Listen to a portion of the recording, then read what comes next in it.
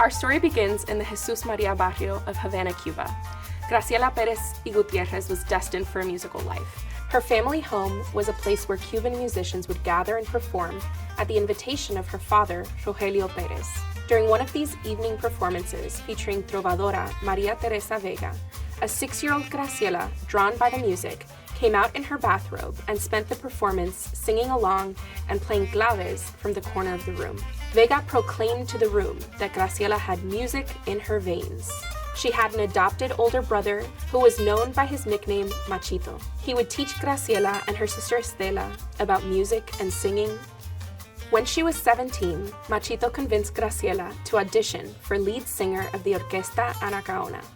This was Cuba's first all-female septet. She successfully took over as lead singer, and the group's popularity grew. With the Orquesta Anacaona, Graciela recorded albums and toured all over the world. She remained the lead singer of the group until 1943.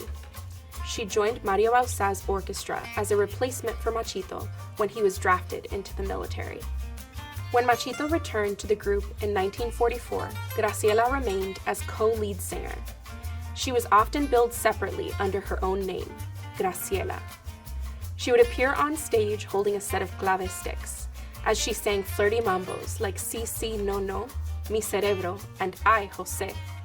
After a particularly popular performance at the Apollo, Graciela became known around Harlem as the Si, Si, No, No girl. As she performed, Graciela would also mime the lyrics so that non-Spanish speakers could follow the song. Graciela recorded and performed with Machito and his Afro-Cubans for almost 35 years, alongside artists like Dizzy Gillespie, Herbie Mann, Charlie Parker, Cannonball Adderley, Sarah Vaughan, Ella Fitzgerald, Nat King Cole, Lester Young, and others. For over 17 years, Graciela, Machito, and the Afro-Cubans maintained a weekly residency at the famous Palladium Ballroom. Known as the home of the Mambo, the Palladium Ballroom brought people of all backgrounds to the dance floor, creating a place for music and culture to thrive. In 2004, Graciela released her final album. This album, Inolvidable, was a collaboration with percussionist Cándido Camero. Across her career, Graciela received several awards and recognitions. This included the 2006 Latin Jazz USA Chico O'Farrill Lifetime Achievement Award. In 2007, she received the Latin Grammy Lifetime Achievement Award. Felipa Graciela Perez y Gutierrez passed away in 2010. Many of her objects were donated to the Smithsonian. At the Smithsonian, we work to tell a more complete American story. Graciela proudly identified as an Afro-Cubana.